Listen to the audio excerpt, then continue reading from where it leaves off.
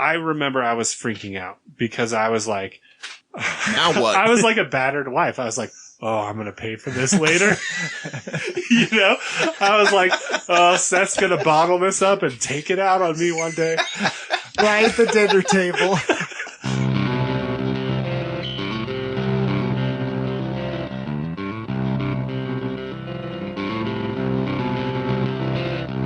All right, welcome to Tales from the Ditch with Sean Allen Moss, Seth Wildshoot. I don't get my middle name. That's not your dang business. Ryan Cox is back on the show. Ryan, it's good to have you. Thank you, gentlemen. He was back on here. When I think of him, I think of donuts, lifting weights, and kicking people when they're down.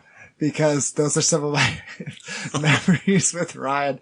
Allegedly. Allegedly. Yeah, you can't prove it. What, you a cop? Wait.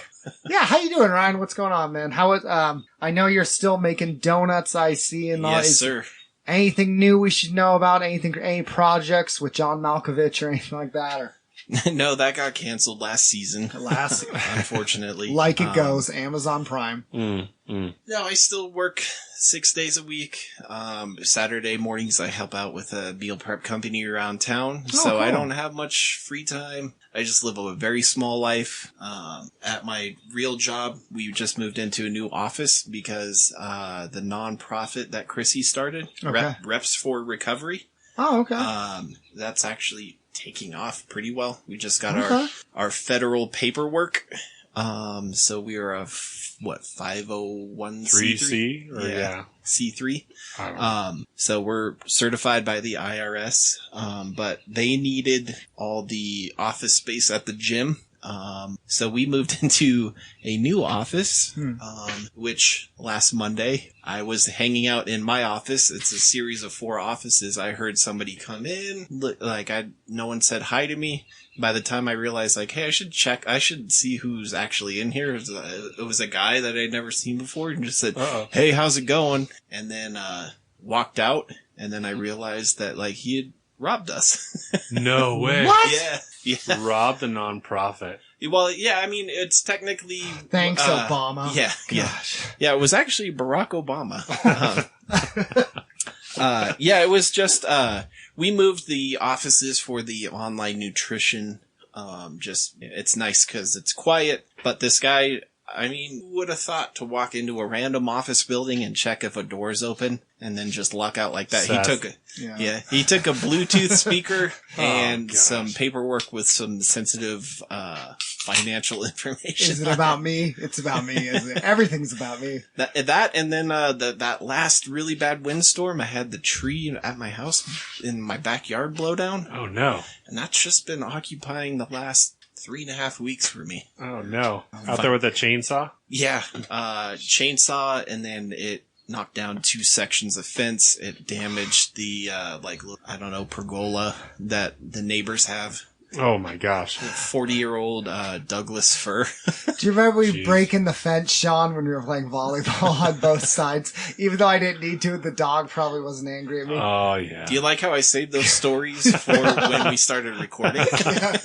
Dude, alright, so you guys get robbed. What's, this nonprofit, what's kind of your goal or your demographic? What's kind of going on? So, if anybody knows, Black Iron Gym and Chrissy McCagney, she's the owner. She is who I moved to New York with to do work with. I helped her build up her business. We started Donuts and Deadlifts as a joke in New York. We decided to move back to Reno to be closer to family, and because it's not worth paying for the privilege to live in New York City. Yeah, it's smelly too, right? It smells like urine in the summertime. And then in the winter, it is... that's the coldest I've ever felt. Was in New York, really? Yeah. Okay. Just because they it's had humid. We were right by the Hudson River. They're further north than we are. I mean, they're practically Canada. Yeah. So, but one day we were walking to the place we worked out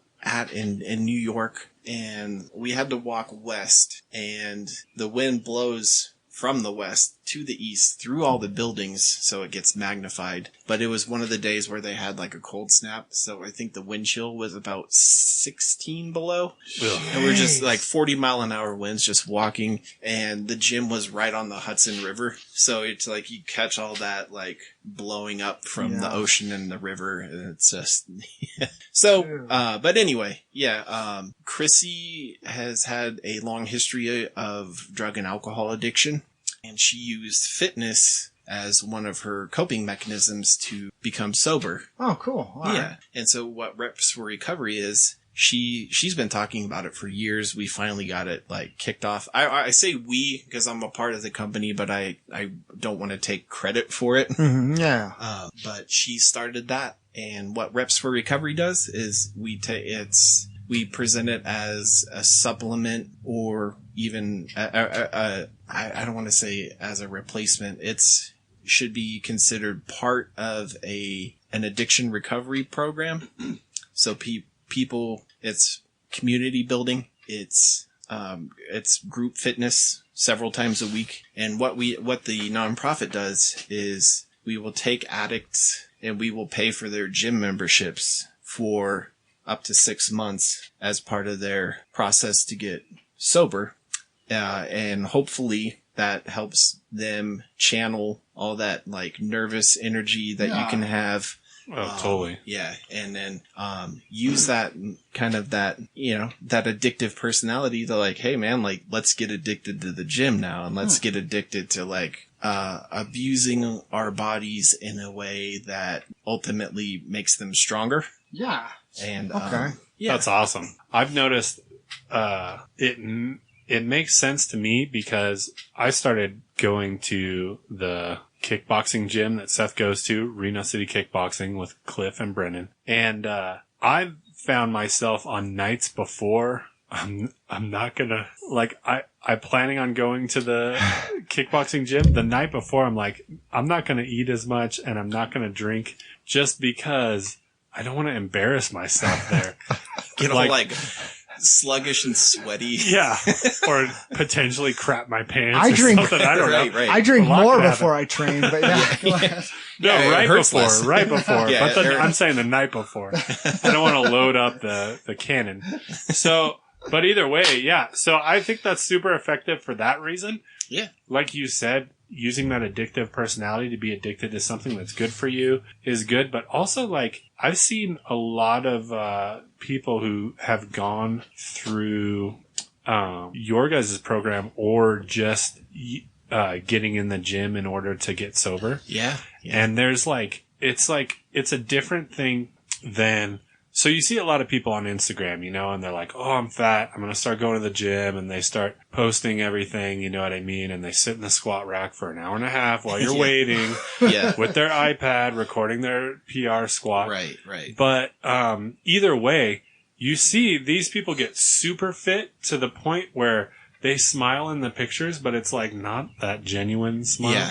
It's like they're almost too in shape, definitely. that their smile, it's like Hide the Pain Harold, It's like unfortunately, just from being a part of Black Iron and being within Chrissy's orbit for almost 5 years, you see a lot of that. You see a lot of like all of these like 21-year-old girls who are all insane. They are all just fully insane. Yeah. Just ruminating about their body. Totally. And it's just like robbing themselves of all the joy in their life. Yeah. And that's something that I think, that all the coaches and all the people more directly involved with that, I think they pay close attention to. Totally. Because I don't think the solution really is to replace one addiction with another. Yes. Because, I mean, totally. Fitness can very easily go from something you do for health and wellness to something that can like ruin you in other ways. But what I mean though is like, I see people go through that process and they have that real smile. Yeah. Where they're like, not only do I feel good because I'm fit, but I feel good because I'm sober. Yeah. And like they have that genuine smile, which to me is a lot more encouraging than, I agree. The people who are like, I hate my body and I need to get ready for summer, so I'm gonna, do all this stuff and I'm gonna throw up in the parking lot. Yeah. Like me looking in the mirror and not liking what I see is the extent of my adversity. Right. Yes. Yeah. Yeah. What we do in the Reps for Recovery is we have exclusive times that we set. So if you're in the program, it's like a Reps for Recovery only workout on Sunday, and we encourage everybody to get there early so you can do, bonding and community building, and you get that. You can relate to people that have been through it, as opposed to like dealing with, those people that are like hiding behind a fake smile because like, oh, I gotta look a certain way. Right. And it's just like, well, no, like a lot of these people have been through their own version of hell. And, so it's like at some point, a tank top is no longer a tank top. It's like so loose and the armholes are so big. Why do you even have it on? Mm-hmm. Like, what good is it doing? That's what I'm saying. Do you know what I mean? Like, why are you that guy's a shirt? That guy's just wearing the tank top because he wants people to realize that he has defined pecs or something like that. I will say I've never understood why some guys who weigh like 140 wear a tank top that's clearly for someone who's 230. Where I'm like, the armpit space is like 8 inches past your pits. Exactly. And now I'm just seeing your ribs. And that's cool, but like, I worry like, are small woodland creatures gonna hike in there? I mean, there's also open space. Creature. It's just, I've started using the term white tank top instead of the other term for it. Because I'm sorry, I grew up on 4th and Lenwood. The A Street, or the A shirts. Yeah, I'm like, hey, what those are called? Well, now they are. Yeah. I'm like, hey, I'm wearing my, what the term on 4th Street is for the white tank top. And they're like, you really shouldn't say that because that entails domestic abuse. I'm like, no, it does. So now I say white tank top with the mustard stain on. I have blood on one, which I think is awesome. They were like, what can we call this? They're all, how can we degrade poor like, white people? What about domestic violence? They're like, that one kind of undershirt that everybody wears when we show up to domestic violence events, to calls. You know how poor white people aren't human? How about this? Yeah. You know what I saw the other day? I walk around our local university every day at work to walk, because walking is good for you, I think. I saw a dude straight up early 90s belly shirt. No kidding. They're coming back. And he was wearing a pea coat over it. Unbuttoned. Awesome. And I was like, are you dude, sure? Was it a school it's shooter? Finally time. You sure he wasn't he had the wrong haircut. See, he didn't have the alt-right haircut. Yeah, he didn't have the alt-right haircut. So the undercut. I knew I was safe. Yeah. Trench coats sure did get ruined.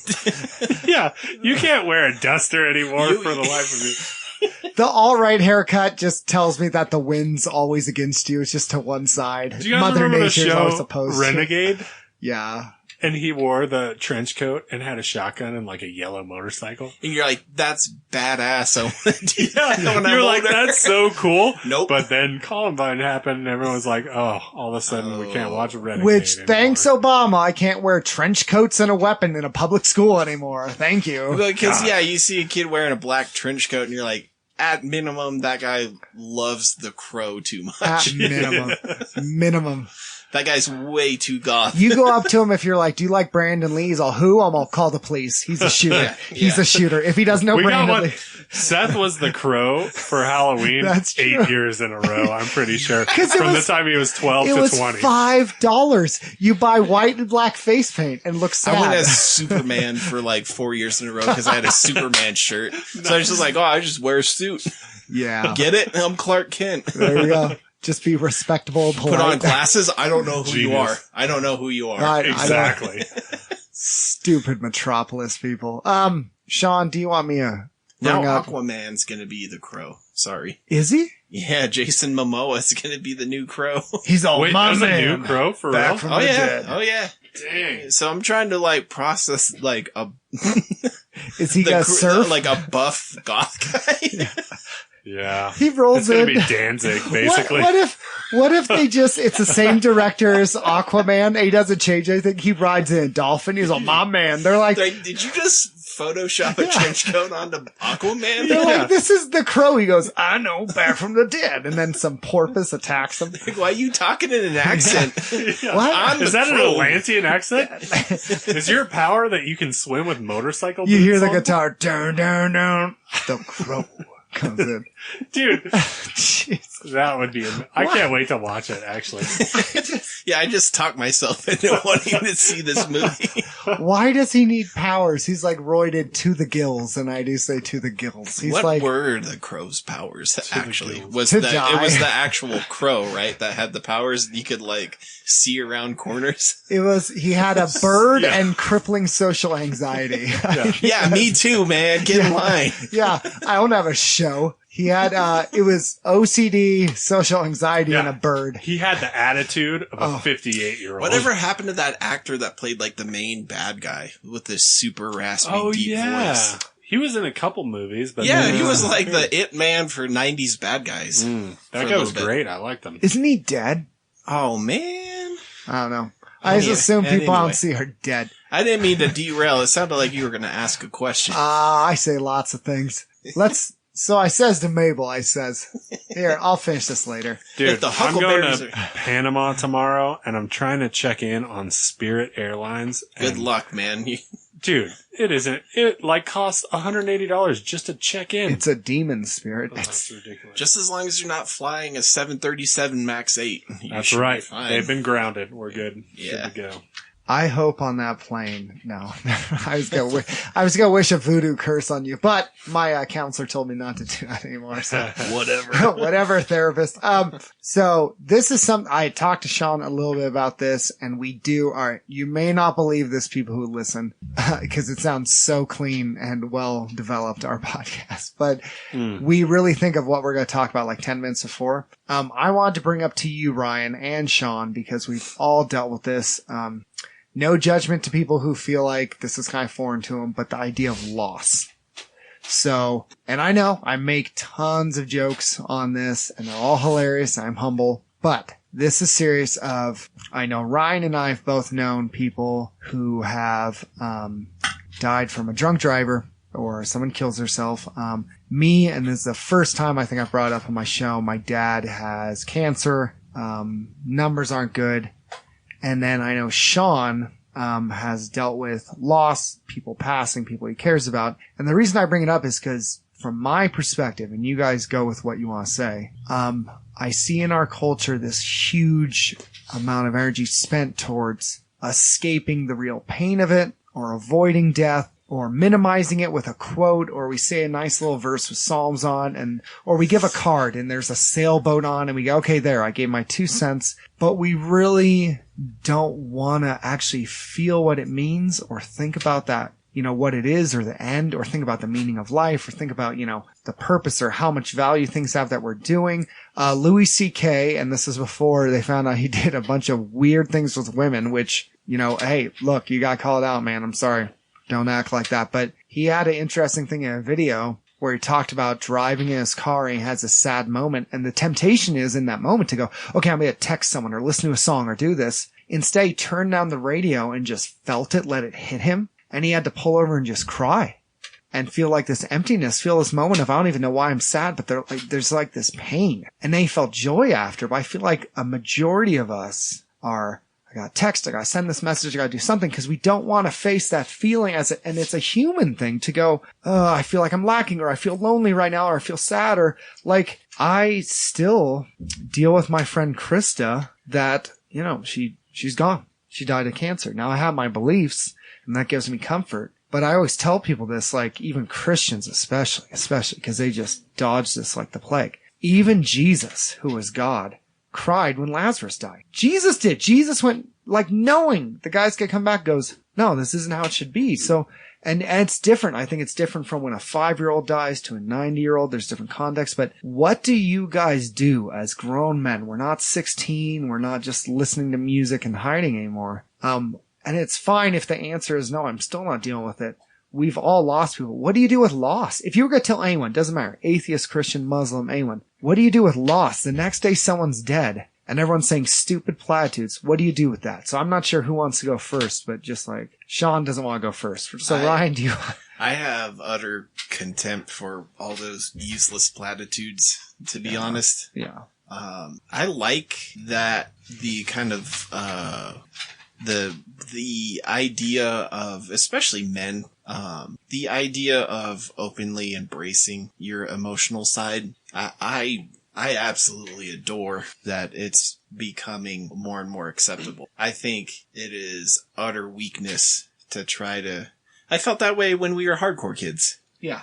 Yeah. That it's utter weakness to never show vulnerability, to act like you're in this contest of who could care the least. I just never played into that. And that's why, like, I think a lot of those kids hated me, at least at one point or another. Mm-hmm. But I've also been an art kid for my whole life. And so it I think the reverse side of that is indulging in it too much. You know, like being a high school kid and being like a fairly I was fairly talented artist. I won a couple scholarships, a couple awards. In a certain point, like, oh man, I got broken up with. Like, that's the end of the world. And I got to indulge that. And like, I had to make other people feel my pain. And like, I think back, I'm like, well, yeah, there's a dumb kid. And it's just a breakup. But I've always liked, not hiding. Yeah. You and me, like, even just dealing with like girls, we used to drive around in the car and it's just like, okay, we're going to listen to like Emery. Yep. And we're going to listen to some emo and we're not going to talk, but we're going to be around each other. Mm-hmm. And that's going to be the less than mature way of fully dealing with it. But it's like, at least there's somebody next to me. Yeah. And that's a lot different than death, but that's something that I was actually talking with, Danny. Remember Danny? Like, yeah, he and I were, talking the other day, about that he's on the same page as me, is that he likes that men especially are embracing that more, because you can't just like, all that like strong silent stuff is just fiction. I think, this whole idea of like, oh yeah, we can be like the 1950s. I'm going to be like Don Draper. I'm going to be like this stone cold. It's just like, yeah, that doesn't fly anymore, man. And for me, I love that. Who is your, and I agree with you, because I think our culture is so extreme, always going one to the other. Either like emotion controls you every single second, or you show none of it all. Right. Who was the first, if you think in developing growing up? Because I remember mine. So the first death that hit me was when I was 5, because I invited him to my birthday, and the reason he didn't come was he got hit by a car. It was like someone backing up. And that was the first friend I ever had. So that in your developmental stage. And I'm not trying to be flippant. People who hear my tone of voice, it's because I've had years and years of dealing with it. So it's something that I go, no, it hurts. His name was Paul. What was the first loss? And it can be family, whatever, where you went, man, like it hit you, where there was questioning, there was wondering, there was debating, there was even like, this seems unreal to me. What was kind of the first loss that hit you the most? Because I know you and I have talked about a little bit about loss, but I'm not sure who was the one that hit you first, where it was like, man, this is like, I'm processing it, I'm thinking about it. Like, my grandmother died when I was 4 or 5. Okay. And I remember like pretty vividly the conversation having with my mom where she explained like, grandma's dead. Okay. This is a thing. Like, and this is like to the extent I would ever have parental advice for not being a parent. Yeah. Like, use direct language, because like it was needlessly traumatic for me to go through. Even at 4, my parents are like, oh, grandma's gone. And I'm like, okay, well, when's she coming back? And they're like, she's not. Wow. And it's like, well, what the hell? What does that mean? And I remember like getting mad and just being like, well, that's not fair. Like, why would she do that to us? And then having to like, kind of independently discover that. It's just like, oh man. Yeah. But I think, kind of weird that we were talking about it, but like, I think the first person that like was close to me who died was TJ. Yeah. But like I was a lot closer with him freshman year than by the time we were seniors, but it still hit me. And that's just like, I honestly didn't know how to process it because I thought I would feel a different way than I did. Yeah. And I still remember getting my hair cut, and the girl that was cutting my hair was like, she knew Bo. And the thing that's always stuck out to me in my mind, and I realized like far too late, like many years later, that, this was a useless platitude, but she was just like, I just feel like there's some people that were put on this earth to serve as examples for others. And I was like, oh wow, that's really deep. But at the same time, I was like, well, what example was he supposed to be serving me? Yeah. Like, he died in a needless accident. Yeah. So, I don't know. I wonder, I feel like some of the times, and this isn't a judgment. No, it is. I'm going to judge him. Judge away. There are times where people say stuff, and they need to be honest to admit that they're not really saying it for you. They're saying it for them. They feel a little bit of guilt, like societal pressure, like I'm supposed to say something. They don't want to really get messy and really walk in the pain with you and feel it, because that would include them suffering themselves and discomfort. So they go, okay, what's something I can say, little grenade I throw, and then go and say, hey, oh no, I checked on him, versus sitting at a guy's house. He's angry. He's yelling. You're uncomfortable, not knowing what to say, maybe even crying with him, and leaving going, man, that even hurt me. And people go, well, I don't want to do that. That's suffering. I'm like, well, that's bearing his burden. As, sitting there I remember I got the call to, so their pastor was out of town. I got a call from, a good friend of mine, saying, hey, this dad, his daughter's going to be pulled off life support, and the pastor's out of town. So I show up and I realize I know her. And I'm there, and the dad and mom are crying on my shoulder, and they nod at the doctor like, yeah, it's okay. So they pull the plug. And I'm also touching the hand of her as the plug's being pulled, and they're, on my shoulder. And the pulse fades and everything's done. And usually our policy is the pastor leaves, you leave the family to deal with that while they're, the plug's been, but the dad requested me, he said, will you stay? So the doctor nods at him, yeah, she's gone. And they just fall apart. To have a grown man, he's crying, he's on your shoulder. If someone had given me some platitude then, I would have told them to leave. Because at that point I go, his daughter is dead. She is dead. Give him a second. He doesn't need your stupid Oprah quotes. What he needed was someone that you come in there. And I hate it. That wasn't my plan for a day. I wanted to be comfortable. I wanted to, American way, do my thing. This is my day. I wept with him. I cried with him. And then when the family was gone, I went home and broke down and dealt with it. And I did her funeral a little while later. A year later, his other daughter dies. Oh. So here's the thing. If I explain that to most Americans, they go, no, I don't want to feel that. I don't want to deal with that. It's there. Because it's messy and it sucks. But here's the thing. He remembers me. He loves me. I love him. But it took feeling that pain. And I get it if you're out there. Most people don't want to. Who wants to suffer? Who wakes up and goes, I want to feel my soul torn apart. I want to be depressed today. I want to question things. I want to be mad at God. I want to argue with God. Who wakes up and goes, no, I want to be depressed. I want to really question everything that's led me up to this. No. And, that day just sucked. It just, Jesus. And it's like, but most people don't want to feel, but that's what it takes is, and you see that sometimes with homeless people or others, is we don't want to get in their mess. We don't want to dive in there because it's not comfortable. It sucks. When you have a friend say stuff, it's much easier to go, yeah, well, there's other fish in the sea, man. He's not talking about fish, and he doesn't eat freaking fish right now. Like, damn it. Like, seriously, he's hurting, but it's just... Yeah, no one wants to hear, like, it's gonna be okay, because fundamentally, everybody knows that, but it's like, even if you had turned and be like, oh, she's in a better place, you think he cares right now? No, his daughter's dead. Yeah.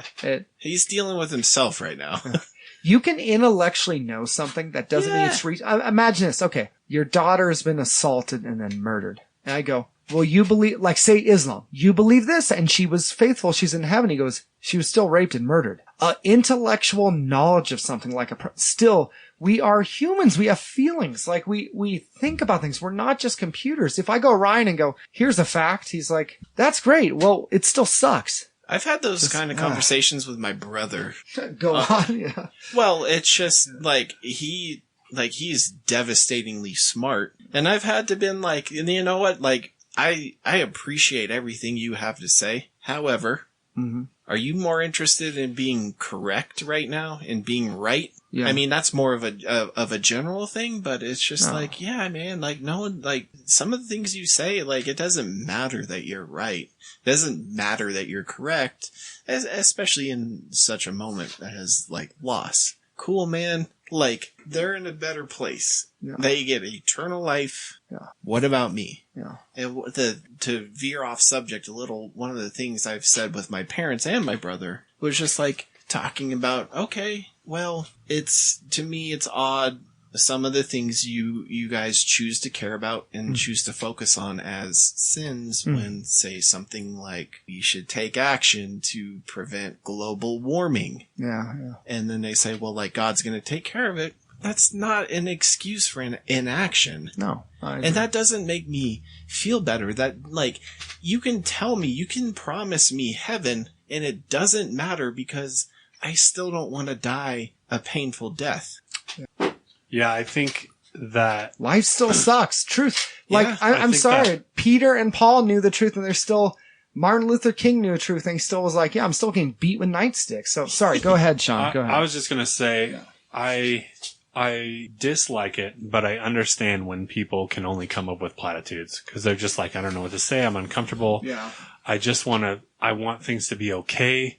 So I'm just going to offer this up because that's all I know how to do. And that's what I was raised seeing people do. And I don't know any better because I haven't actually, delved into the doctrine of death, I guess, you know, and I haven't been a part of it because I've been told I should try to avoid it all my life. And that annoys me sometimes, especially when it's me who's grieving and somebody comes up and gives me a platitude. What's even worse, though, for me, is when somebody dies and someone tries to use that death to make whatever their agenda is legit. Yes. And I remember, and you probably remember this too, Seth, Jamal, when we went to elementary school, as a kid named Jamal. Nice kid. Pretty nice kid. I don't know. We got in fights with him, he was also cool. His older brother was pretty heavily involved in a kind of local gang to Reno Sparks. That's true, yeah. And I don't know the entire graphic detail because it was elementary school, so you don't know what's sensationalized and what isn't. And we were drinking, so. But basically, in elementary school, he came home. Yeah, like, nice. I mean, this was third grade. We were pretty old by then. I had problems. You don't know me, man. So Jamal, he came home. Jamal had problems.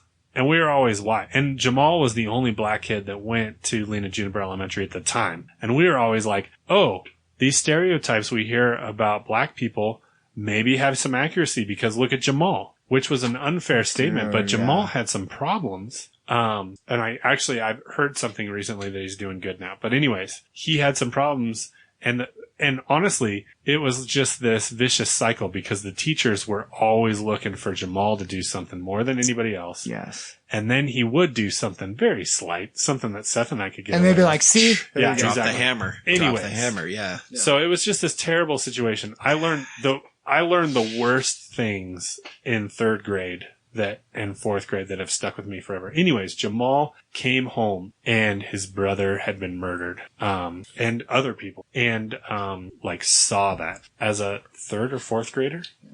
And, he was like 9 or 8, maybe. Something like that. Yeah. Saw that. And it was bad. It was like a very violent crime that involved a lot of more people than just his brother. And it wasn't just murder. I mean, there was just terrible stuff happening. Yeah. Anyways, it was awful. And I didn't know how to deal with it. I didn't even know how to look him in the eye knowing that. But I remember not our teacher, but one of the teachers, because we had to do an assembly for the whole thing. And one of our teachers essentially said, this is why you don't get involved with these black gangs. Because this is the result of it. Yeah.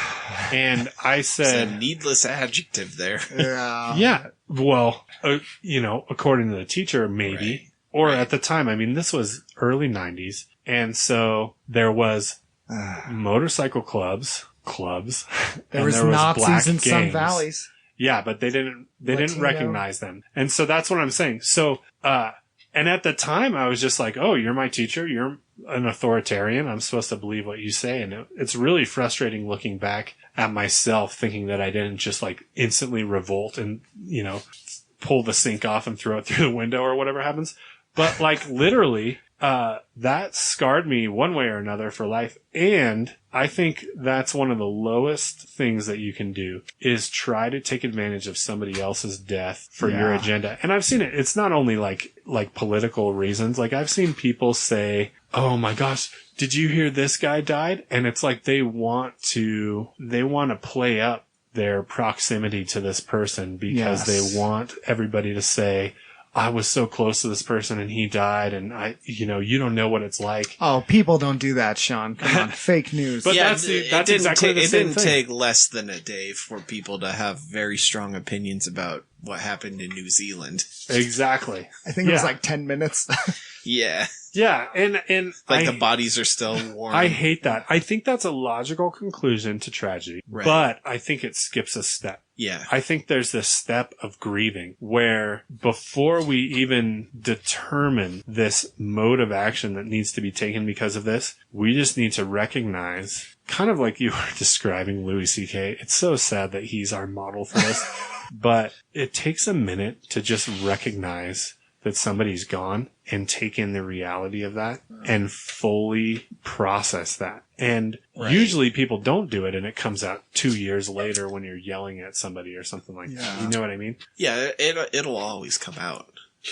Your body keeps a score. There's a book about that. And it's like, no, it'll... You know what makes me sad right now? I hear your thoughts on this because there was a time where men could actually show emotion. And now one of the big killers of middle-aged white men is actually suicide. They talk about depression. And there are these pictures in the Old West. They're like hugging each other. They're writing stuff to each other. And that's gay. Yeah.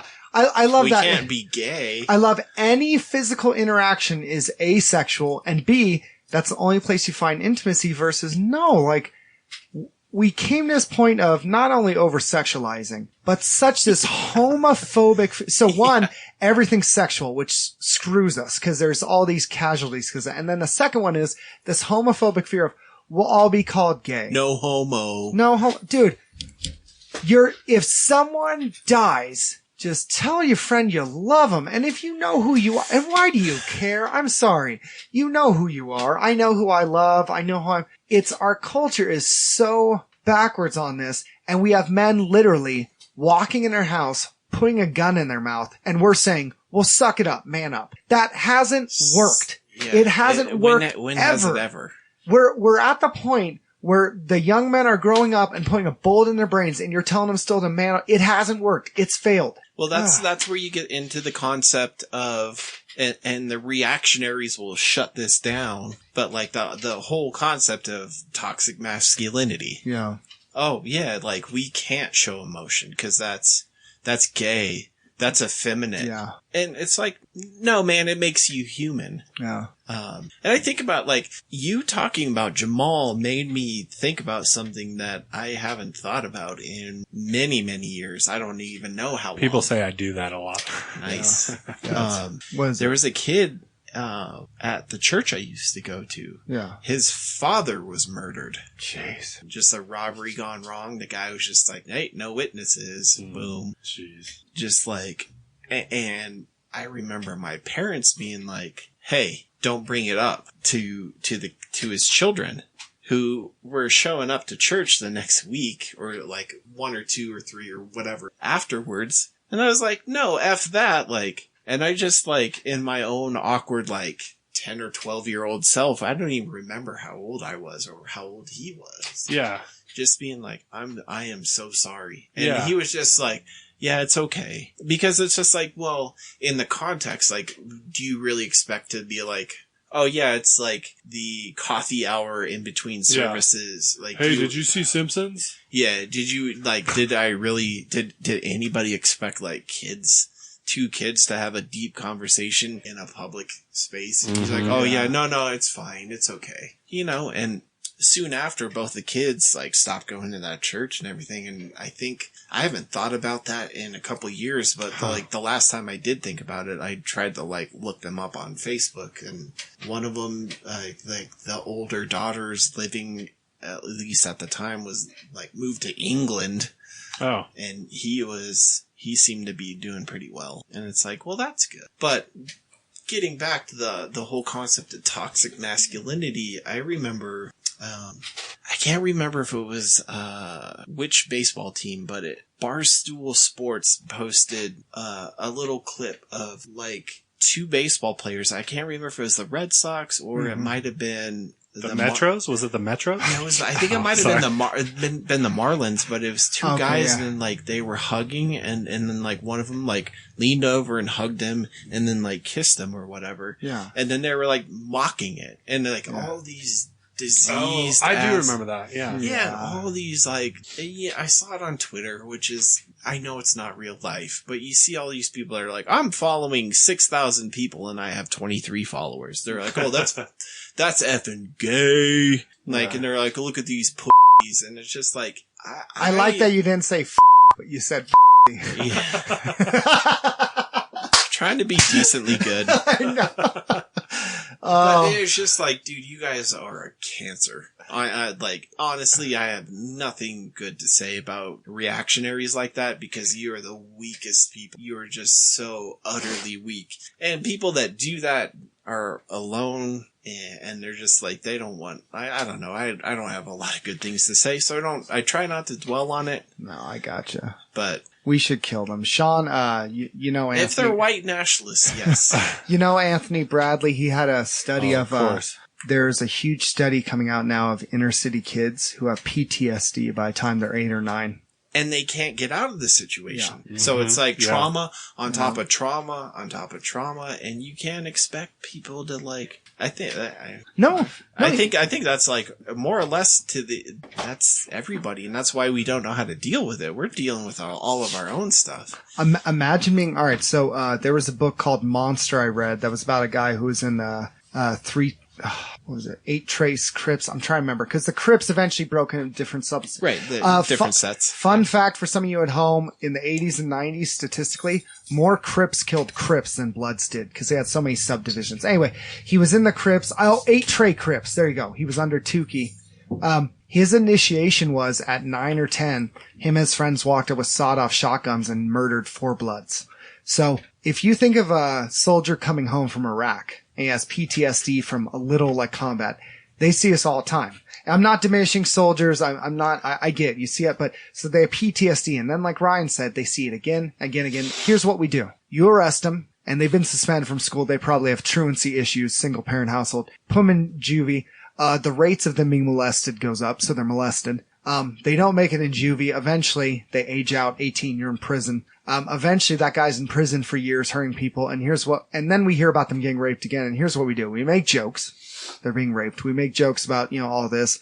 We go, okay. That. We go, great. Well, they're animals. They shouldn't have broken the law. Here's the thing. If you grow up being molested and you've seen people murdered, it affects you. And that's not just... Well, why don't they just move? Why don't you just move? And 2, they're showing trauma causes chemical biological response now. So now they have brain trauma. Correct. Here's the thing with loss. When are we going to stop saying with loss, get over it, move away, get a job, stop being a bum, stop being a loser, there's all these things versus, all right, let me put in a term you can understand, so people listening. If you care about money, it is in your economical interest that family survives and the kid doesn't go to prison. It would be better if that family lives and the kid doesn't go to prison. It actually would be in your own interest that you want that kid to thrive. And take the money you are spending on prisons anyway, because you are the one who pays for prisons. You are, yeah. And invest in counseling services. Absolutely. Because guess what? The cops are the ones who get called. It's not the cop's job to be a counselor. To be a licensed, If I had my way and I could run society, I would say like, we're going to cut the patrol force by at least half. We're going to take that money. We're going to give it to counseling services. Yeah. Because how many crimes are they really preventing? Yeah. You could have a certain amount of debates, but I would point to Baltimore as a failed system. How much money would we save, think, and this is the crazy thing, we used to, as a society, if you broke the law, it wasn't the end of the world. You'd still go back to your family. You'd still Depends go on who you are, whether or not it's the end of the world. Yeah, because like, you know, we're just like people who look like us. We've just lost our way. Because, like, there was a point where they had a story about some of the colonies, like, even... And Grant, here, full disclosure, if I'm talking colonies, yes, I have to exclude Native Americans and black people, because the Constitution even calls them savages, still, by the way. Yeah. There was a chance that you could break the law, but they said this. They would go, we don't want to separate you from your family too much or make them go destitute, because it would hurt the whole community. It would hurt the whole community. You have these like super racist people that are like, they want to attribute it. They want to like, they're pseudoscientists. They want to be like, well, that's in their nature. Yeah. And it's like, no, dude, what you're contributing to biology is completely sociological. Yeah. I only blame the Irish for that. No one else is like that. Because they're not human. I am 1/3 not human. I'm only a quarter. Mostly not potato.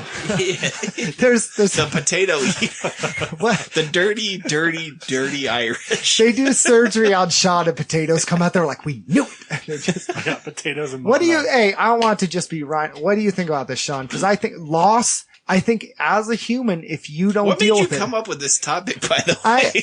I no joke. I'm texting Sean and my mom going, hey, Ryan's life has sucked sometimes. I was like, let's talk about loss. In all honesty, I've said this before, and I don't mean to like cut you out again, Sean, but I'm enjoying listening. I've had a very, very good life, and I can't think of anything exceptionally bad that's happened to me that I haven't persevered through. And I don't know. I've made the joke to my girlfriend, like, man, if something bad happens, like, I might end up being Buddha. Because that's the whole thing with Buddha was, like, he was so sheltered from the world. And then, like, when his parents died, he was just, like, had this enlightenment. And he was like, actually, I'm Buddha. And I have all these insights now. Does your head look good shaved or no? Do you have a skull I tried that when I lived in LA and I was going to architecture school. Yeah. I tried to shave it. I look good with it. I don't judge you. I hear that, actually. I look terrible. I think I got told I look like a cop the other day by the guy at Home Depot. Really? He's like, "Are you military?" I'm like, "No, sir." I said that, and he was just like, looked at me kind of funny. He's just like, "Are you a cop? Are you law enforcement?" And I was like, "No, sir." This is like, he's the guy up in Spanish Springs, have you gone to that Home Depot? Dude, that's the black guy? Dude, yeah. Dude, that guy that's rules. My guy, Jerry. His name is Jerry. Yeah. He bought my son. Literally, we walked into Home Depot. He's all, "What's up, my man? What do you want for Christmas?" And my son was like, "That." And he goes, "I got it." Literally bought my son a Christmas present. He's the best. One of my favorite people. And he came up to me and he was like, "Hey man, you good?" And I was like, "Yes, sir." And he's like, "I feel like I've talked to you before." And I was like, "You have?" And he's like, Are you military? No. Are you law enforcement? No, sir. I kept saying that and he's like, "Well, you're saying sir." And I was like, "Well, I was raised to be polite." Yeah. But, and then I just kept saying, well, that just means I just gotta grow out my hair now. That's true. I do think if anyone's been my friend long enough, they have trauma. So if you have been friends with Seth, call 1-800. Actually, remember that was good. Shout out to Jerry at Home Depot in Spanish Springs. He literally deserves a raise. If you have any influence at Home Depot, yeah. He's a fantastic person. He literally pulled out cash and bought my son. That's incredible. Because we go there once a month. You know what I mean? Right. It's awesome. Anyway, so just to touch on trauma and loss, I do think there is a very real physiological effect from loss. And I think that effect is enhanced when we don't properly deal with it. Like on a mental and emotional level. And I think that you and I saw this when Krista died. Yes. There was a lot of rough stuff around our friend Krista dying. But survivor's guilt. There was a lot. Yeah. There was a lot of that. You know, there was, myself there was a couple people who claimed that the reason she died was because she didn't really have enough faith in Jesus. Yep. That was rough. That was when I left the church and hung out with Ryan. Yeah. And then there was, conversations that you had with Krista right before she died, or ones that you could remember years before she died that were unclear and only revealed after that and stuff. Wait, is this the Krista from McQueen? No, different one. Okay. Different one. Gardnerville, she had cancer, was told that she was healed. And then at her funeral, I said, I confronted someone. I said, I thought she was healed. And it was, she didn't have enough faith. So I told them, brazen. I told them they were dead to me. I said if I saw them again, I'd kill them. And then that's when I went on my little spree. And she was the first Christian girl who I liked but didn't tell her. And then after she died, I found out she liked me too, and we didn't say anything, so she died. And I just started hurting people for the next 5 years. So. And everybody, it's easy to make jokes, and I'm actually one of the people that makes the jokes about, like, young white men. Yeah. Because I have been one. What? I thought you were Latino. You got that spicy you think about all the times that, like, we've dealt with our emotions by punching holes in walls. Yeah. I actually saw a joke the other day that was just like, how you know a white boy loves you, and it was just a hole in a drywall. I think that is part of it, though. And I think that, like, expressing pain is something that we've been taught not to do. And we're all learning it because we've been told, like, because I wasn't discipled to do that. No. Right. And because, like, I think of, like, my upbringing, and I'm like, man, I don't think I've ever, like, the strongest emotion I've ever seen my dad give me was right after graduation. McQueen has that party up at Boca, right? Yeah.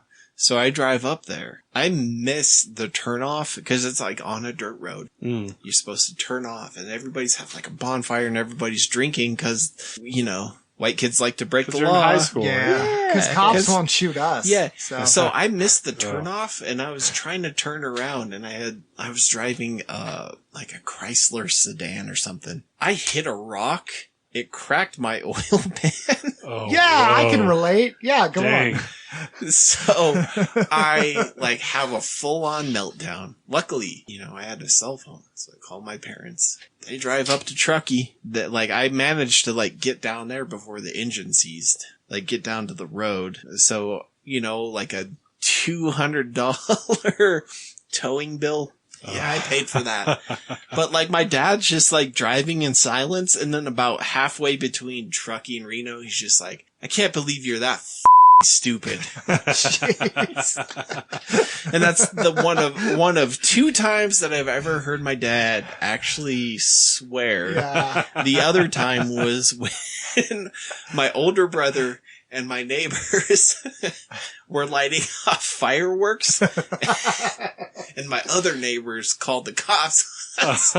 So the cops showed up, and he came back, and he actually said the exact same thing. So it's like, oh, that's your go-to. Just walked in and because that was summer break, and they're both of my parents are at work, and then my dad walks back in, and my mom's just like, I can't believe you guys. And my dad just you guys are so stupid.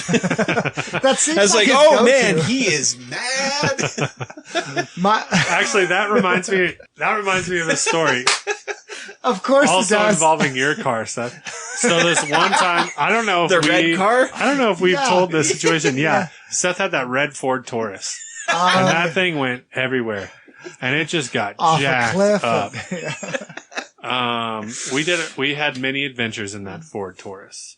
Allegedly. And I remember Seth would lie terribly. I wasn't a good liar. Seth, well, here's the thing. Seth had a gullible mom who he could lie to. True. And she'd be like, oh, my son wouldn't lie to me. Mm-hmm. And his dad was always working. And so his dad maybe heard his mom tell the story, but he was probably tired and going to bed at that time. Yeah. So one time we took Seth's car off-roading. And we were trying to do jumps and stuff, and we were finding little like areas. you do with the tourists. Yeah. And so we're As one finding does. these areas. I don't know if we told this story, Seth, but this is a good one. Yeah, so go ahead. we were driving around in what now is Red Hawk Golf Course. Yes. Oh, snap. But then it was almost Red Hawk Golf Course. So there were some sand pits. So they had like shaped everything, but I don't think they had planted grass or anything. Except this one area that we did donuts in. But anyways, so as we found a jump, we went off this jump, and so we went up off the jump barely, you know. In a car you get like maybe 2 inches. Yeah. We went up think and that then we Taurus went would down do a little bit more. Yeah. and then we sunk More down tough. some more. Yeah. And so now the wheels were under, and I was like, hold on, Seth. We need to get out and push. And Seth's like, what if I just push the gas more? And so we'd go, That's what it's for. and we kind of, and he goes, "Rrrr!" And we're like we're moving Sinking. diagonally. Yeah. So we're moving forward 1 inch. For every inch we go down, we're moving forward 1 inch. And then Seth's car just stops. And we go, Huh. what was that about? And the fuel And then we gauge smell goes from gas. full to Yeah. empty. It drops down. The fuel gauge, and then we smell gas. And we've seen movies, so we're like, get out, run! And we all run and jump, and then it never blows up. But all the gas did leak out in this giant puddle because Seth had A lighter. gone over some rebar Yes. and snipped his fuel line, Oh, no. which was funny. Punctured everything. And so I looked at Seth. I was the wise one. I said, Seth, I don't know what we're going to do about this. I don't know if we can get this out How of are here. we all alive? I know. It's crazy. That's a valid question. But anyways, here's this was a monumental time for Seth because Seth literally had spent, correct me if I'm wrong, because I may characterize this only from my perspective, but Seth had an inability to deal with emotions, whether it was loss or grief or anger or frustration. And that's correct. This continues on till this day, right? Yes, that's But accurate. when he was a kid, he would grin and bear it for a minute, and then it would come out at the most inopportune times. Mm-hmm. Usually, also correct. The dentist's office, yeah. Driving on I-80. usually on his undeserving friend who is just trying to be nice, and he decides to. So anyways, and I remember I was freaking out because I was like, Now what? I was like a battered wife. I was like, oh, I'm going to pay for this later. You know, I was like, oh, Seth's going to bottle this up and take it out on me one day. Right at the dinner table. Right where the lasagna's in burned. front of everybody. Yeah. front of the All I kids. did was cook the lasagna Bad a day little at work. extra. Yeah. Oh, so Plates are anyways, flying. Yeah. so we're walking So he's back, wearing one of those and A-shirts. I'm kind of on edge, and I'm telling everybody because we're with some other people, Yeah. Assailants. Yeah. and I'm with Mark with it. Mark was with us, He's an and I'm like, accomplice. I'm telling everybody, hey, hang back. Let's let Seth just sort out his feelings for a while and walk in front as we're walking to a payphone to try to figure out how we're going to get out of this situation. And I remember Seth did what I thought was one of the most healthy things I saw Seth do. And he pulled out a sign from the grass that said, it said like not potable water. Yeah. Don't drink the water. Don't drink the water. He pulled it out and started using it as a tomahawk and just cutting off sprinkler heads like Cool Hand Luke. To Just flood walking down all the of thing. Wingfield Springs. You had to flood the whole area. But that wasn't the I wish you healthy had part. accomplished that. But Yeah. what was healthy about it was Seth said, he goes, there's nothing I can do to get out of this. There's no way that I can avoid the wrath of my parents. So I'm just going to express my anger by yeah. and that's what we did. And we walked from deep Wingfield Springs all the way to I Scalari's to use the flooded payphone. half that neighborhood, yeah.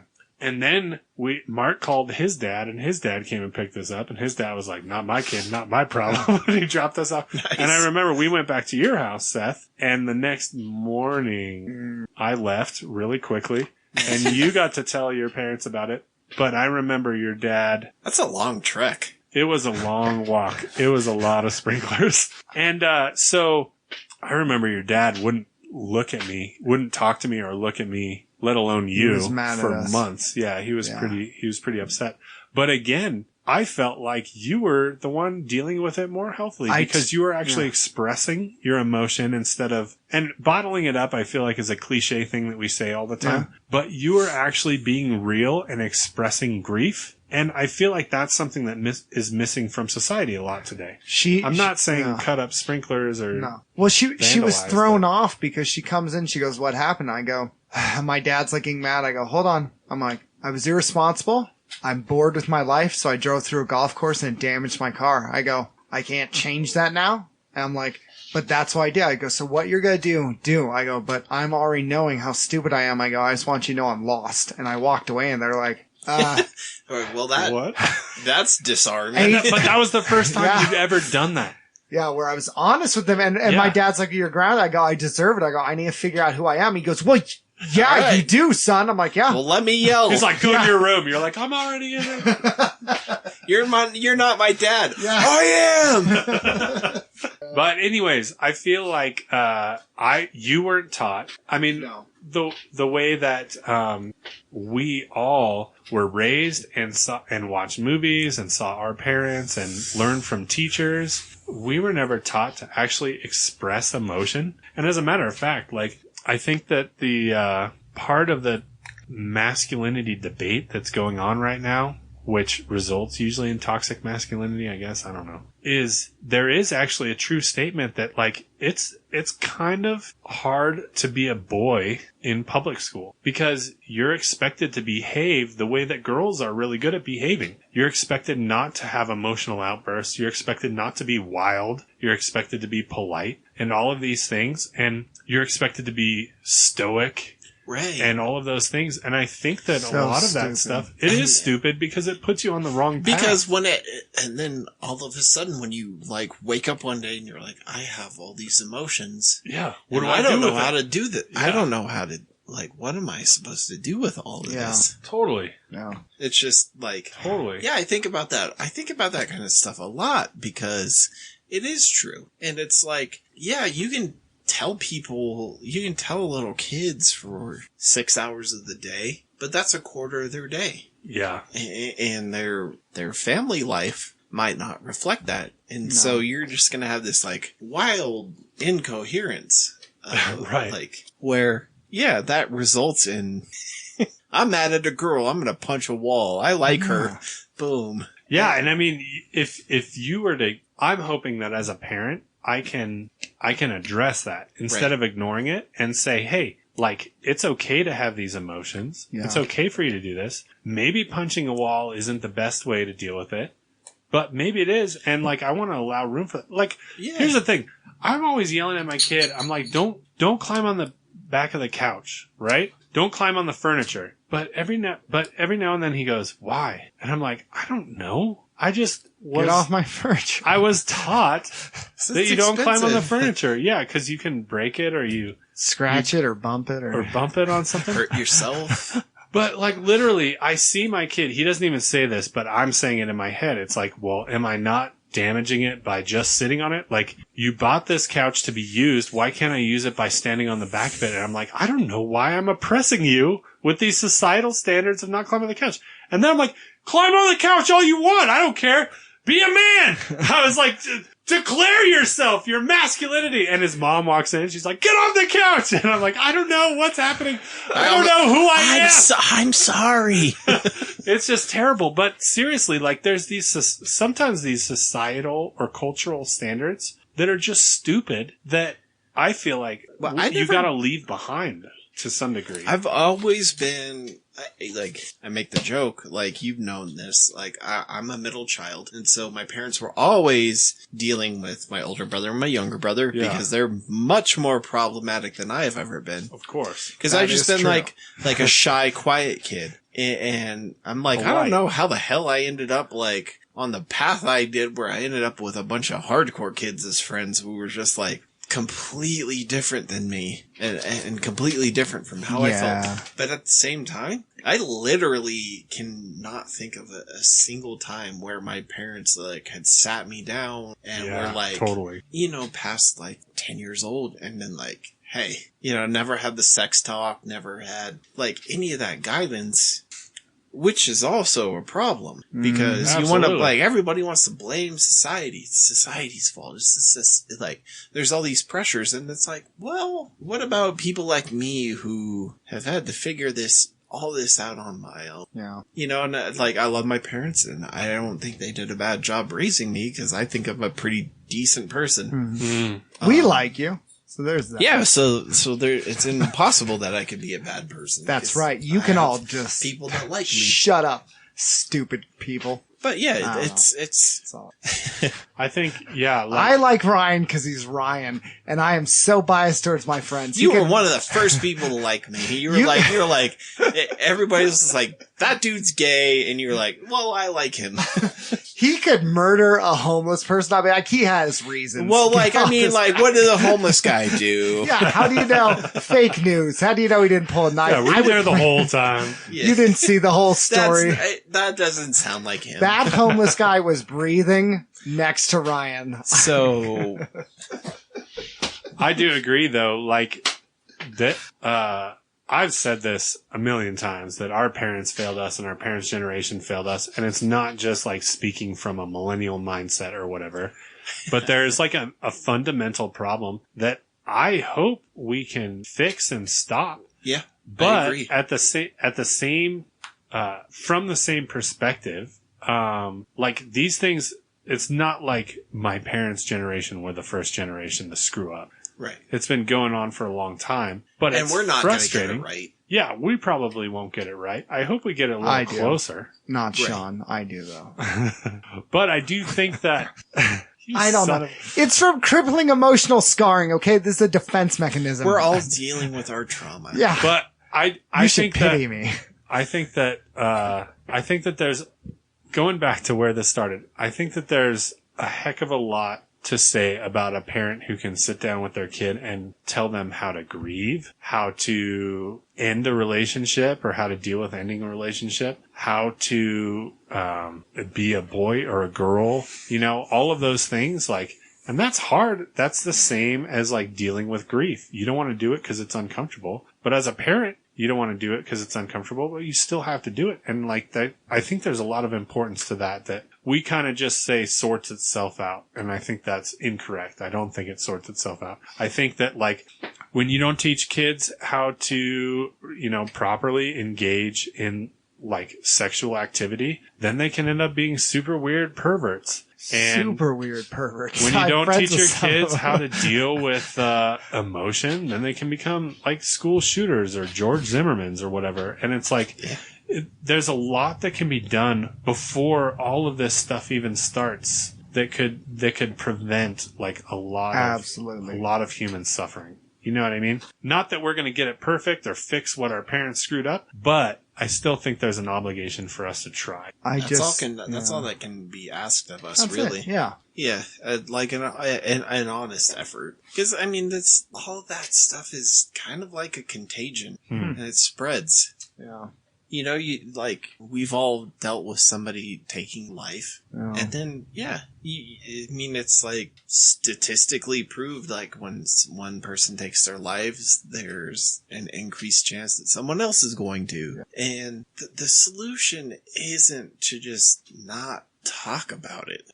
Yeah. And it sucks. And you know what? Like, none of us are sitting around being like, you need to talk about this and here's how. Because none of us are experts. Yeah. But I think saying more than, hey, you know what? It's going to be okay. Even though it will be. Yeah.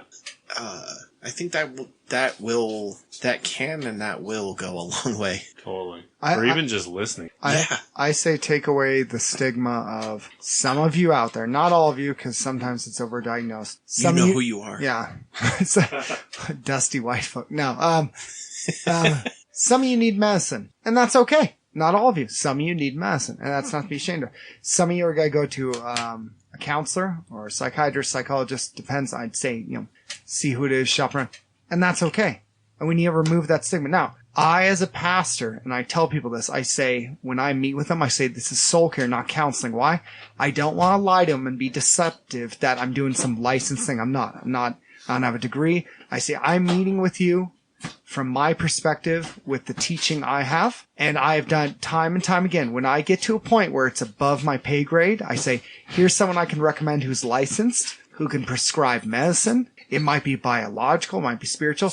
I try to have that open them. Now, some people I can meet with, they say, I'm just having a rough day. Okay, others, it's biological. You don't get rid of it by ignoring it and not talking about it. I think we need to remove the stigma and go, no, we are broken. Ryan, Sean, and I are here. We've dealt with loss. Let it out into the open because that can be dealt with. That's not something to be shameful about. It's not something to feel guilt or fear. And know that if you right now, and we have friends, so each podcast, there's a few hundred now we're having actually more who are listening, doing that and more. And I think we're over 30K. I'm not saying that to brag. I'm saying there's people listening. If you right now are like, I want to take my life, do not feel any shame from what I'm saying. Talk to one of your friends. Talk to one of your family. Talk to someone who's licensed, not just someone who says they do this. And be okay with maybe you need medicine. And you know what?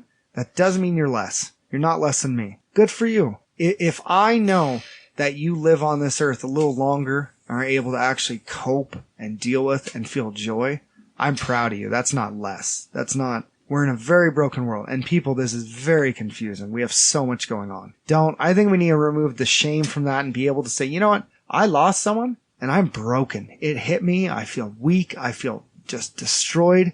I want everyone to bring it up, but on the other hand, I don't want anyone to bring it up. I don't even know what to feel. So right now, if you're one of those people, and even me, I'll put myself out there. You know me. I'm on Facebook. I'm the only one besides my wife with the last name Wild Shoot on there, Seth. You message me and I will pray for you. I will talk to you. And I even have some people I'd recommend for counseling. Don't ever feel shame about this. You're a human in a rough world. It's a rough experience we live through. I love this life. There's some beautiful things to it, but there's also some things that are heartbreaking. So I don't know. You guys want some last thoughts? I was thinking we could close out. What are some last thoughts to close out? That was really good. I want to add, like you said, there's no shame in having these thoughts, these feelings, or maybe even taking medicine or seeing a counselor or therapist. There's absolutely no shame in that. One other thing that that seems to be a common denominator with people I know who've taken their life or are in depression is they hear maybe this podcast or they watch media or they're just around people and they notice, they go, everybody eventually depends on their friends. And there's somebody who can legitimately say, I don't have any friends. Yeah. I remember kids, you remember in our elementary school that they legitimately did not have any friends. No connections. And we tried to be friends with them. And even when we were like, hey, we want you to have friends, even though like nobody likes you, we'll be your friend. And they would like lash out at us just because they didn't know what it was like to have friends. There's a lot of pain there. Yeah. When there's like nobody to reach out to, I think there's great opportunity in some of the anonymous services. Yes. Some of the anonymous hotlines. Suicide hotlines. There's one for trauma. There's one for sexual abuse victims. Yep. Yeah, absolutely. All of those, and you can look them up, and even like Seth was saying, message Seth or message us on Instagram or something like heartbeat. That. We would be happy to do that, although I know that sometimes when you've lived your life with no friends, you're suspicious maybe or wary of that. So I wouldn't expect you to do that, but that's just something that I always have noticed being kind of like this downward spiral where somebody becomes kind of a pariah in elementary school and it just gets worse and worse and worse for them and they never know where to turn for support because their life and their parents and everything is a mess and they don't have any friends to turn to. So we'd love to be somebody you can turn to, and also those anonymous services I think are great. Any last thoughts, Ryan, and then we'll close it out? Yeah, I agree with that. There are resources available. If you feel like you don't necessarily want to reach out to your friends, and sometimes talking to a stranger can be the best thing. That's why we're all here. So you might know one or two of us, but how many do all three of us know? So my name is Ryeface on Twitter and Instagram. I don't remember what my Facebook is. I check it every now and then, but I will be, I'm Ryan Cox from Reno. I am not the one that went to Galena. That is also my same age, which is kind of weird. That is weird. I had a class with him at UNR too. Anyway, I don't trust that's a story for another time. This world, our lives are short, they're brutal, and there's no escaping all the pain. And trying to avoid it, like probably all of us have at one point or another, robs you of a lot of life and a lot of things that are worth sticking around for. Amen. And hey, and my core beliefs, I start and end with, I try my best to love, and I don't think there are very, very many people beyond redemption. And if you need to talk, if you need somebody that won't judge you and might not have the perfect thing to say, but has an open ear, I think you got 3 people right here that have good souls, good hearts, and do their best and give more than they probably should. Or more than could be reasonably expected. Yeah. And so this is sometimes taking that first step is the hardest. Yeah. And I promise you won't regret doing that. Absolutely. So if you've made it this far and you're hearing these pleas, like they are coming from an honest, genuine place, and if you've already turned off, then that's your problem. Yeah. And I think honestly, like we've all dealt with severe depression at one point or another. Yes. I can confirm. So from we can speak from perspective. And one more thing, since you're here, Ryan, a really excellent way to turn around your depression literally is exercise. That is so true. Go do some type of exercise, run up a hill, go to a gym, do it regularly. It helps your brain chemicals seriously on a physical level. Do CrossFit on cocaine. Yeah, if you are struggling with addiction, come to Black Iron Gym. There you go. 475 East Gregg Street, Suite 107. It's right off of Spice Island Drive is actually how you get into. Okay. That's actually how you get into the parking lot. Is actually just right off of Spice Island. Come in. There will be somebody at the front. You just say, "I'm interested in reps for recovery," and they will walk you through it. And if that's something that you are interested in, go ahead and check it out. And I think it's repsforrecovery.com or .org. I'm not sure. I think it's .com. Google them both. Yeah. If you feel it in your heart to want to donate to that cause, 100% of the proceeds go to the addicts and paying for their gym memberships. And we are hoping to expand out of just our gym and out of just the Reno Sparks community. We're hoping to go national, and let's all deal with this together. You're not in this alone. Absolutely. So, once again, Ryan, thanks for coming on the show.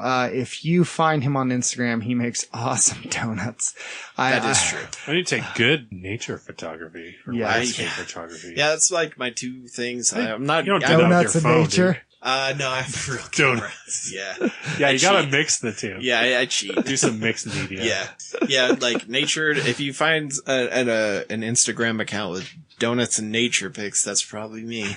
I'm not that into the fitness world anymore, but I mean, it's my job, but it's not really necessarily my passion, but, or my identity. So that's good. Yeah. This has been 3 somber podcasts in a row. Yeah. What is Dude, how do we end this? season You wanna 2 tell a taking a joke? darker turn? Hold on. Oh, Do you no, have a no. joke? I have some stuff. Okay, so, You just make fun of the Irish. I felt inspired by Rachel Hollis, who wrote the book Girl Wash Your Face. I think there should be, I'm going to write one called Boy Wash Your Butthole. And it's encouraging men to wash their buttholes and just put on some deodorant and like lift every now and then or exercise. And that's it. And her book's probably like 20 chapters. I don't know. I didn't read it. But mine is 2 and one of them's misspelled. I'm trying to find a publisher, but boy, wash your butthole. And it's all about, just if you scrub your butthole in the morning, I think it gives you that boost of self-esteem. True. I can't even use the Irish Spring. I use Irish Spring. It's like, remember your other book? It was called Sean, the Loneliest Walrus. The Loneliest Walrus.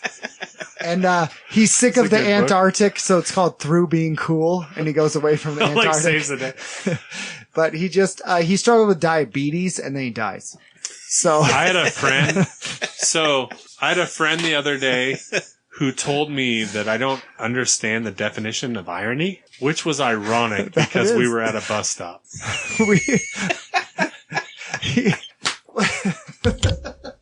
Why are we doing this? Okay. Just trying to turn the frown upside down before we end it. Turn that. So if you have any issue with what we said, send to talesfromditch@gmail.com. I won't answer it. You. No. Yeah, I ignore it. Sean might respond.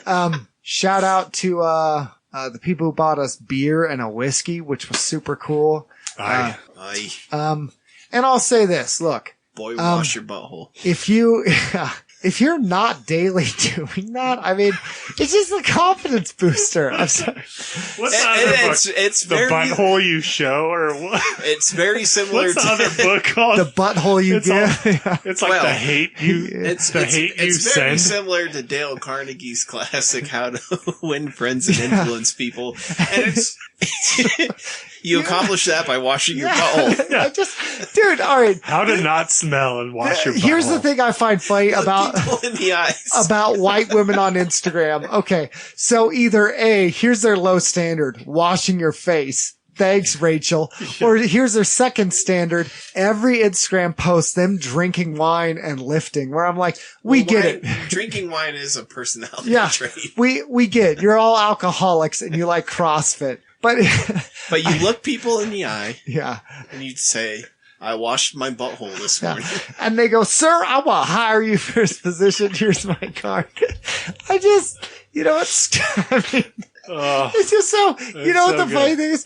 Do you know how many jobs I've gotten I wasn't qualified for, but I just got up in the morning, took a shower, and was arrogant at the interview, like, why should you hire me? Why should I take the job? I mean, that's the real. So, Tales from the Ditch. This was Ryan Cox. We love you guys. Sean, you want to do the closing out thing? Yeah, Seth already said it. Emails at talesfromtheditch@gmail.com or go subscribe at talesfromtheditch. John MacArthur or Jerry Falwell at liberty.org. Yeah. We're the winners of the what's our last award? The Jimmy Swaggart Ethics Award. Ethics. Nice. Ethics and Accountability Award. The Ted Haggard Marriage Fidelity Award. The Jerry Falwell Faithful Award. Yes. We also won recently the Mark Driscoll Gentle Leadership Award. The Creflo Dollar Money Accountability. I can't even, because it's such a lie. It's all a lie. But if I Scam You Trustworthy Award.